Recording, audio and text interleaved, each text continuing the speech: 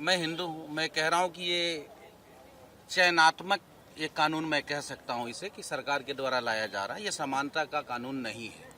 कैसे यदि नहीं ये है? समानता का कानून है हाँ। तो आप हिंदू हैं। आपके घर में पूजा पद्धति कुछ और है, मेरे घर में पूजा पद्धति कुछ और है, उसका क्या होगा?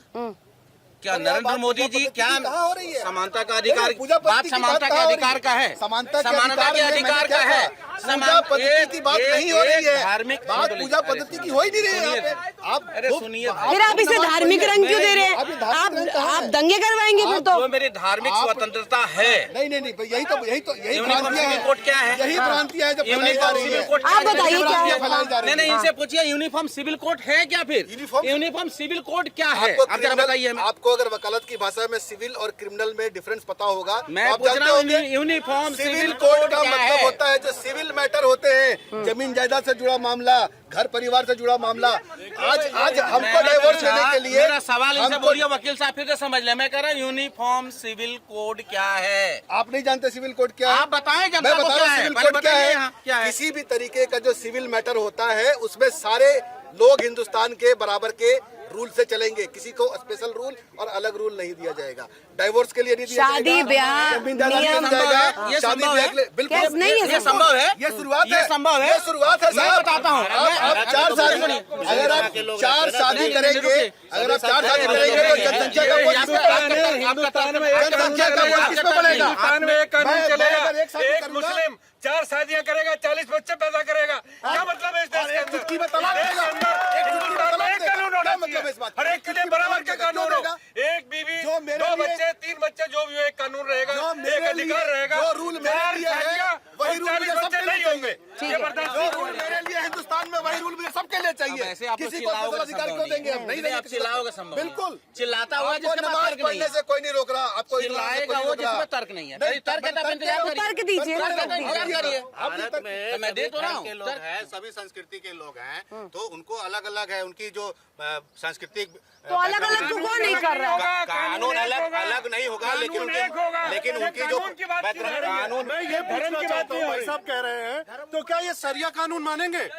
मानेंगे। सरिया कानून जो लोग हैं उस मानेंगे अपना। हिंदुस्तान के कानून मानने पड़ेंगे। अगर एक शादी है देश में तो एक ही शादी होगी, दूसरी शादी लीगल नहीं होगी। दूसरी शादी लीगल तो आप कह रहे हैं 4 शादियां करना जस्टिफाइड है? शादियों के बारे में नहीं बोल रहा हूँ, शादियों के बारे में बोल रहा हूँ। तलाक लेने में आज मुझे आपको या किसी भी अन्य सिवाय इस्लाम के क्या है 10 साल कोर्ट के धक्के खाने पड़ते हैं। इस्लाम में क्या है? एक चुटकी तलाक तलाक तलाक हो गया तलाक। उस पर भी लॉ बना के उसको रोकने का काम किया सरकार ने, क्योंकि क्या वहाँ की महिलाओं का कोई अधिकार नहीं है? आप हमारे को 4 शादियां करने से क्यों रोकते हैं? बिना डाइवोर्स लिए दूसरी शादी नहीं कर सकते। हाँ। इस्लाम में क्यों कर सकते हैं? कौन चला रहा है? आप जवाब दीजिए। समानता का अधिकार यदि है तो समान रूप से सबके ऊपर लागू होना चाहिए। इसी टॉपिक तो अभी आने तो दीजिए, अभी तो आया भी नहीं है। आप अपनी पत्नी के साथ नहीं रहना चाहते, नहीं रह रहे हैं, ये जुर्म नहीं है, ये आपसी सोच की विचार है। इस्लाम में भी ये कर ले, किसी को दिक्कत नहीं है। लेकिन क्या होता है कि कानून का सहारा लेके आप इस्लाम ये में कहना चाह रहे कोई भी हिंदू 2 शादी नहीं किया है, बिल्कुल किया होगा, 3 शादी नहीं किया है। अरे कानून है की कुछ, बात मैं नाम गिना सकता हूँ हिंदुओं में। अब कानून है कुछ या नहीं? सिर्फ हिंदू और कानून है जो धार्मिक अरे भैया ऐसे फाइटिंग मैच नहीं। हाँ, फाइटिंग मैच काम है इनका। ये कानून उसी के लिए आ रहा है कि कोई भी 2 शादी नहीं करेगा, 3 शादी नहीं करेगा और बच्चे भी ज्यादा पैदा नहीं करेगा। सबके लिए बराबर अधिकार होगा, बराबर अधिकार होगा। कर ही नहीं सकते आगे। इसके बाद पूछिए कहाँ लिखा हुआ है यूसीसी कानून पढ़ा आपने? अरे तो जनसंख्या नियंत्रण आ जाएगी, चाइना बना देंगे क्या? ये पढ़ लिए क्या? मैं ये एक मिनट जवाब एक मिनट एक सवाल सुनिए। सवाल ये है कि चाइना से भी आगे चले जाएंगे फिर तो भैया जनसंख्या बढ़ती जाएगी, आप पैदा करते रहिए। चाइना से नहीं, विश्व का कोई ऐसा देश नहीं जो हमसे पीछे ना रह गया। वो कर्ज के मामले में, बेरोजगारी के मामले में, महंगाई के मामले में, शिक्षा के मामले में, इस पर ये बात नहीं करना चाहते। नंबर 1 है भाई, ये बात नहीं करना चाहते। ये बात धर्म के आधार पर जानकारी बांटने का, क्या जानकारी? ये धर्म के आधार पर। अरे अभी तो अरे सुनिए चाइना से हम आगे हैं। अरे बीपी बढ़ जाएगा, रुक जाइए बताइए, इन्हें बोलिए, सवाल सुनिए। अरे सवाल सुनेंगे, गूगल निकालिए। अरे आप ऐसे ही महिमा मंडन करिए। सवाल सुनिए, सवाल ये है, मेरा ये सवाल सिंपल से कि अगर कानून लाया जाता है तो उसमें धर्म का चश्मा क्यों लगाया जा रहा है? धर्म ही क्यों लाया जा रहा है? कानून तो सभी के लिए होगा। कानून सबके लिए बराबर होगा। हिंदू, मुस्लिम, सिख, ईसाई हर एक आदमी को कानून मानना पड़ेगा और एक ही कानून होगा हर एक आदमी के लिए। इसीलिए यूसीसी लाया जा रहा है कि गलत काम ना हो। अभी तक मुस्लिम महिलाओं की कोई वैल्यू नहीं है। एक एक आदमी 3-3 तलाक लेकर पर वो सवाल कर रहे हैं कि सिर्फ चुनावी राज्यों में क्यों लाया जा रहा है? चुनावी नहीं है। वो उत्तराखंड में कौन सा चुनाव हो रहा है? उत्तराखंड में इस चीज को पहले लागू कर दिया गया है। आप धीरे धीरे हर एक स्टेट में देखेंगे, ये मुख्यमंत्री के ऊपर डिपेंड करता है। प्रधानमंत्री ने कानून को दिया, मुख्यमंत्री स्टेट वाइज ला रहे हैं। हर एक आ रही है, जनता के बीच एक बार जानना चाहते हैं। हाँ, अभी वो कह रहे हैं जनसंख्या पर क्या है क्या नहीं है, जनसंख्या का भी बिल आएगा, पॉपुलेशन बिल भी आएगा। और ये जो मिश्रा जी की जो बात कह रहे हैं, नहीं तो एक व्यक्ति 12-12 बच्चे पैदा करे वो ठीक है? नहीं, हम दो हमारे दो वो होगा हिंदुस्तान में। और हिंदुस्तान की जो संस्कृति कहती है ज्यादा ये पूरा एक जैसे भैंस को नहीं पाल लेते हैं, इतना मत पालो, दो रहो। और फिर नहीं तो फिर ये बेरोजगारी पर सवाल उठाएंगे। दो और चार आप खाली यूसीसी चाहिए आपको? सीधे बोल, नहीं चाहिए यूसीसी? चाहिए, सॉरी, यूसीसी चाहिए मुझे, यूसीसी चाहिए। और तो ये विपक्ष को क्यों गले से नहीं उतर रहा? विपक्ष को दिक्कत है ना, वोट बैंकिंग है, वोट बैंक है, खाली वोट बैंक। मैन इनकी जो है, मेन वही जो डीएनए है, मोमडनी है, वही वोट बैंक है। डीएनए मोमडन है। क्या क्या क्या बोल गए आप? नहीं नहीं नहीं, ये बहुत दिलचस्प गाड़ी खोल गए हैं। वाह वाह। मैं क्लैरिटी देता हूँ। आपने सवाल पूछा है कि ये स्टेट वाइज क्यों लागू कर रहे हैं। देखिए, सीए एनआरसी आया था, पैन इंडिया आया था, क्या हंगामा हुआ है। उस चीज को कंट्रोल करने के लिए सरकार ने अब इसको फेज वाइज इंट्रोड्यूस करने का डिसीजन लिया है कि इसको हम फेज वाइज, स्टेट वाइज। अरे पर ये स्ट्रेटेजी समझ क्यों नहीं आ रही है संजय जी? आपको भी नहीं समझने की कहाँ बात है, वो तो राजनीति है। देखिए, भारतीय जनता पार्टी का जो काम है, हाँ, इनका काम सिर्फ डिवाइड एंड रूल्स का है। अच्छा, और कांग्रेस ने क्या किया? 13 वर्षों में ये 13 कानून बता दें जो 140 करोड़ देश की जनता के लिए बना हो। 13 कानून ये नहीं बना सकते। इन्होंने क्या किया? कांग्रेस के शासन में बने कानूनों को हिंदी के नाम को इंग्लिश और इंग्लिश के नामों को हिंदी में कन्वर्ट कर दिया। हाँ, तो पर इसमें नहीं, मुझे समझाइए। आप बताइए ना। अरे आपको इसीलिए बुलाया गया महाराज। सुनिए तो पहले सवाल ये कि आपको हिंदू कहाँ से नजर आ रहा है कि हिंदू कानून थोप देंगे मुसलमानों पर? ये क्यों कह रहे हैं भाईजान भाई? मैंने नहीं कहा। ये हैदराबाद वाले भाईजान क्यों कह रहे हैं? मैं तो नहीं कहा। नहीं कहा ना आपने, तो मैं तो एक्सेप्ट कर रहे कि सही है। मैं कह रहा हूँ कि उसकी आवश्यकता ही नहीं है अभी हमारे देश में महंगाई और बेरोजगारी को खत्म करने की जरूरत है। नौजवानों के हाथ में काम देने की आवश्यकता है। हर एक बच्चे को स्कूल देने का, शिक्षा देने का काम करने की अपोजिशन के लीडर को आज यहाँ से खड़ा होकर सारे लीडरों को ये बोलता हूँ कि महंगाई बेरोजगारी करते करते आप थक गए हैं। अरे मेरा जवाब ही नहीं मिला, ओवैसी को क्यों दिक्कत है? मैंने आप जवाब दिया ना, ओवैसी को दिक्कत नहीं है, ओवैसी को तो अपनी राजनीति के साथ नहीं है। वो जब तक डराएंगे नहीं। अब लीजिए एक और आरोप, अब फिर गोदी मीडिया शुरू कर देंगे अब ये। हाँ, मैं आज कहता हूँ ये अपने दिमाग को शांत मन से अपने दिमाग को साफ तरीके से सोचें। 2014 में जो सरकार बनी, 2014 में जो नरेंद्र मोदी जी की सरकार बनी है, 2013 से कैंपेनिंग जो शुरू हुआ, महंगाई का माँ, बेरोजगारी का बा, गिनाते गिनाते नरेंद्र मोदी के थूक सूख जाते थे। आज उसी महंगाई का माँ, बेरोजगारी का बा नरेंद्र मोदी क्यों बोल गया? मैं ये जानना चाहता हूँ आपसे। आप कहते हो कि जरूरत नहीं है, विपक्ष चिल्ला रहा है, आप चिल्ला करके उसी के नाम पर बिल्कुल गलत बोल रहे हैं। आप कह रहे हैं बेरोजगारी। हिंदुस्तान के अंदर कितने एयरपोर्ट बन चुके हैं आप देख लीजिए, कितनी रोडें बन चुकी देख लीजिए, कितने एम्स बन चुके हैं आप देख लीजिए, आप देख लीजिए पूरे देश में कितने मेडिकल कॉलेज। अरे जेवर में तो मैं खुद थी।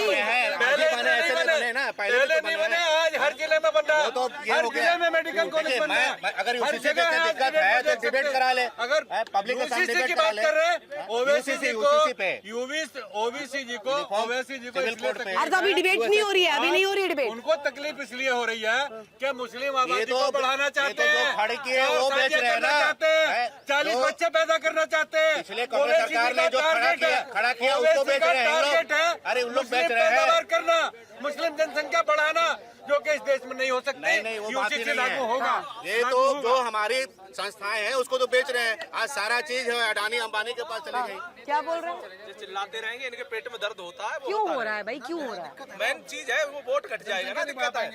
10 बच्चे पैदा करने को तो जनसंख्या बढ़ाने से क्या डेमोग्राफी चेंज करना चाहते हैं? कराएंगे वो इसी के लिए लगे पड़े मिनी पाकिस्तान बनाना चाहते हैं ना। मिनी पाकिस्तान, ये तो बहुत बड़ा गजवाए हिंद से भी ऊपर आ गया है। मिनी पाकिस्तान बनाना चाहिए। वो किसने नहीं कोई मिनी पाकिस्तान बनाने की बात नहीं है। ये तो जो डर है वो डर यूसीसी करने वाली बात है। पाकिस्तान है, बंगाल में कोई हिंदुस्तान का कानून लगाने को तैयार नहीं है। ममता जी एक भी कानून मानने के लिए तैयार नहीं है। हमारी सीबीआई को अरेस्ट कर लेती है, सीबीआई को अरेस्ट कर लेती है ममता जी। एक कलावा बांध के आता है, एक वहाँ से सऊदी से बैठ के कह देता तलाक तलाक। वो डर है, हमारे लिए डर नहीं है, तुम्हारे लिए डर है। हाँ, लीजिए लीजिए, अब आप जवाब दीजिए। मैं इनके सवाल का स्पेसिफिक जवाब देता हूँ। बेरोजगारी का बा और आपने क्या कहा, बेरोजगारी और एक और महंगाई का माँ, ये कह के मोदी जी ने ये एब्रीविएशंस लाते कहाँ से? पहले इसके लिए तो ताली बननी चाहिए। एक बार ताली एब्रीविएशंस लेके आए भाई, म और ब वाले। ये दो चीजों का मोदी जी ने मुंह सुखा सुखा के नाम लिया और सरकार बना ली। पिछला 14 साल से आप सारी पार्टी मिलकर इसी चीज का नाम ले रहे हैं, फिर भी जनता आप पे ट्रस्ट नहीं कर रही है, मोदी जी पे ट्रस्ट कर रही है।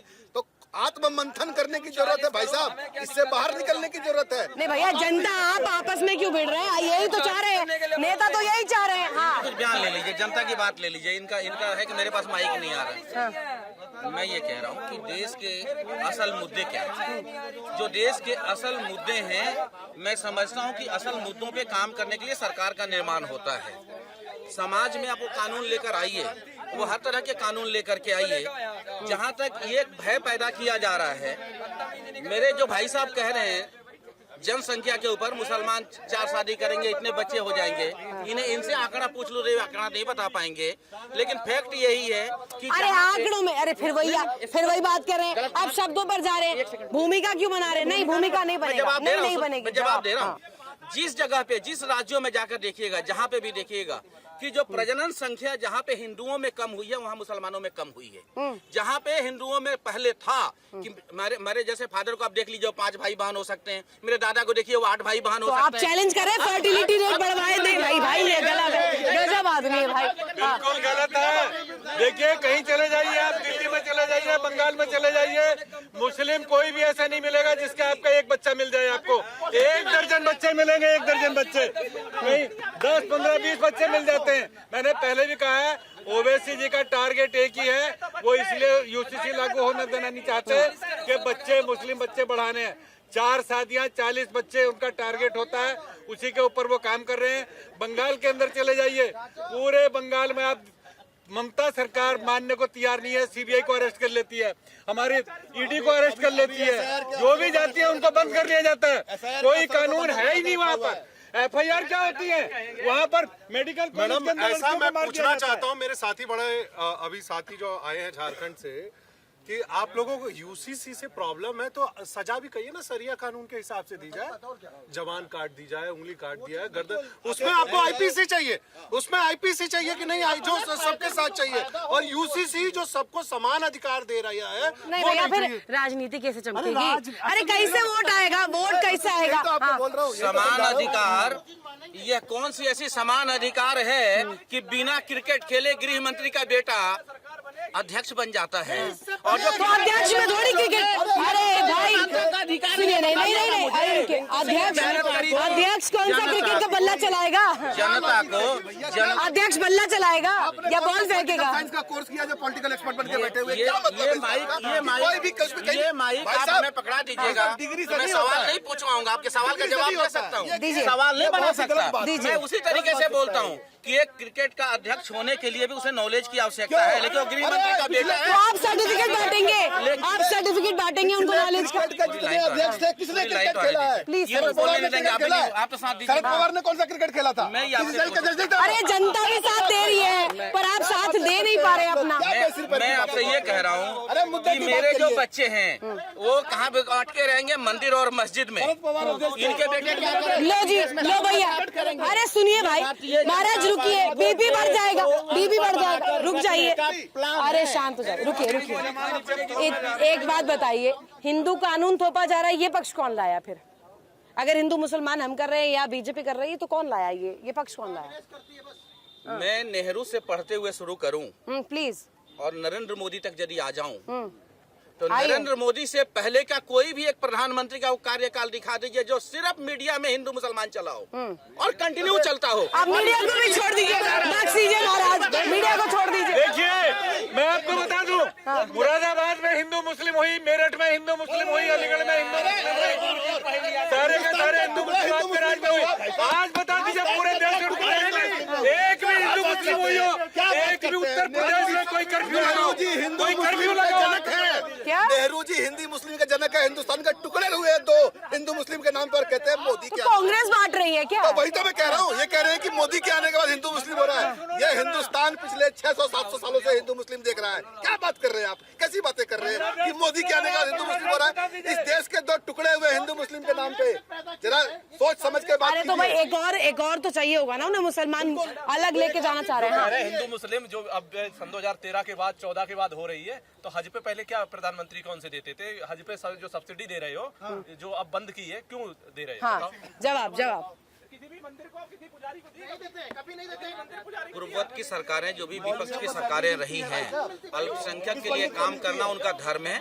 और मैं कहता हूं आज भी यदि उनकी सरकार आती है कमजोर वर्ग के लिए, चाहे वो ST अब हो, लीजिए, ST हो, ये आप फिर घूम के फिर बैक टू गोल घुमाते रहेंगे। अरे खिचड़ी मत बनाइए, घर जाके खाइएगा। सीधे बताइए मुझे, तो कम आप टू द तो एक पॉइंट। काम करते हैं, हम आपके साथ में नरेंद्र मोदी जिंदाबाद करते हैं। नहीं, नरेंद्र मोदी जिंदाबाद। नहीं भाई, नहीं भाई, नहीं मैं यही करता हूँ, नरेंद्र मोदी जिंदाबाद करते अरे उसके लिए है वो करेंगे। ना बोलूं, मैं सच ना बोलूं। सच बोलिए ना, क्या है सच? तो मेरे को बोलने दीजिएगा तब। प्लीज। मैं ये कह रहा हूँ आपसे कि देश के असल मुद्दे क्या हैं। हम चाहते हैं कि सरकार असल मुद्दे पे काम करे, कब काम करेगी ये बताइए। आज गैस का क्राइसिस है, आज रक्षा मंत्री जाकर के बयान देते हैं, कृषि के मामले पे गृह मंत्री बोलेगा, गृह के मामले में प्रधानमंत्री बोलेगा। ये गैस का क्राइसिस क्या हिंदुस्तान का अकेले का क्राइसिस है कि ये वर्ल्ड क्राइसिस है?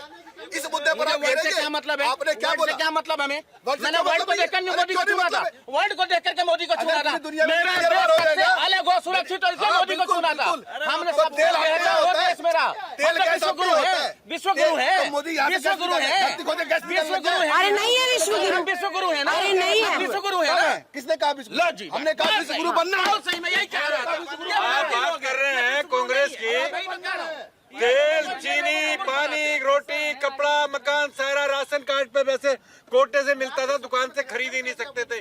आज हर एक आदमी खरीद के खा रहा है, हर एक आदमी को राशन मिल रहा है। आपके सरकारों के बीच में लोग भूखे रह जाते थे, कपड़ा नहीं होता था, रोटी नहीं होती थी, पानी नहीं होता था।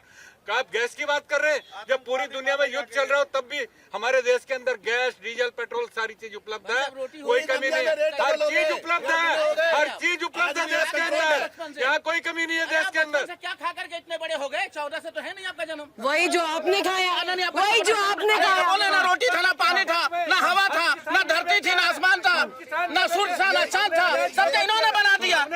ये सब इन्होंने बना दिया। अनाज पैदा करते हैं, आज भी जो पैदा करते हैं वही खा रहा है, आज भी जो पैदा करता है वही खा रहा है।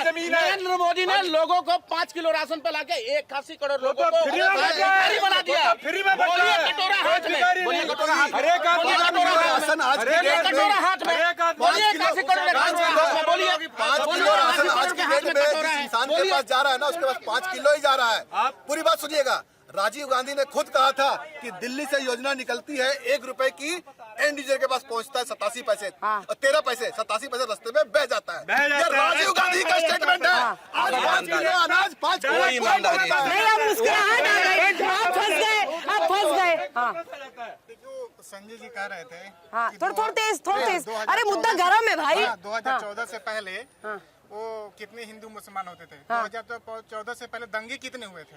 हाँ, आप फंस गए संजय जी, आप फंस गए। कितने दंगे हुए? जब दंगाई सत्ता में बैठ जाए तो फिर दंगा क्यों अरे नहीं? 14 के पहले भी दंगाई थे, 14 के पहले भी दंगाई थे। अरे फिर तो वाह, बैठने दीजिए, दंगा नहीं हो रहा, अच्छी बात है, उन्हीं को बैठने दीजिए। आप जवाब मिल गया, दंगाई थे पहले भी। देखिए, बैठने दो उन्हीं को। जब से भारतीय जनता पार्टी की सरकार आई है, कहीं भी एक जगह भी कर्फ्यू नहीं लगा, एक जगह भी हिंदू मुस्लिम नहीं हुई, एक जगह भी दंगा नहीं हुआ, कहीं पर भी नहीं। आज पूरा अरे विकास हो रुकिए, रहा है। आप मीडिया को भी नचाएंगे क्या? रुकिए। कर्फ्यू की आवश्यकता क्या है? मणिपुर 2 साल जलता रहा, 2 महीने बाद तो गृह मंत्री जी जा करके फॉर्मेलिटी करते हैं, 2 महीना पूरा मणिपुर को। अरे महाराज, कर्फ्यू को रुकिए, नहीं महाराज, मर जाए। बंगाल पे आइए, बंगाल पे। बंगाल पे आते हैं, बंगाल पे आते हैं, मणिपुर में क्या हिंदू मुस्लिम हो रहा है? बंगाल पे आ जाए। मणिपुर में क्या हिंदू मुस्लिम हो रहा है? 2047 नहीं, मणिपुर में क्या हिंदू मुस्लिम हो रहा है? बीजेपी के लिए वहाँ वहाँ पे के दंगे जगह हिंदू नहीं मुस्लिम है, के दंगे हैं। सीट खाली नहीं अरे है। भैया आपके लिए कोई जगह नहीं है, बोल रहे हैं। में पूरे देश से नक्सली खत्म हो चुके हैं, नक्सलियों को खत्म कर दिया गया है। अरे आप हटाते रहिए, जगह ही नहीं है, वो कह रहे नहीं, हैं हमने मार बंगाल में। दिए, भगा दिए, खत्म कर दिए, सरेंडर कर दिए, सारे सरेंडर कर गए। जो थे सारे के सारे या तो मार दिए गए। यूपी में चले जाओ, एक भी बदमाश आज की डेट में जिंदा नहीं रह गया है। अतीक अहमद जो पूरे नोएडा के अंदर आकर आपने देखा होगा, यहाँ के चेयरमैन के घर में घुसा, चेयरमैन की बीवी को, चेयरमैन की माँ को, चेयरमैन को पीट के यहाँ से गया था और FIR भी दर्ज नहीं की गई तो थी। मिट्टी में तो मिला ही दिया ना। ये मुझे बिल्कुल बताइए, मिला दिया है, असम में हम देखते हैं चुनौती क्यों इतनी पेट में खटक रही है, क्यों लग रही है चुनौती वहाँ पर?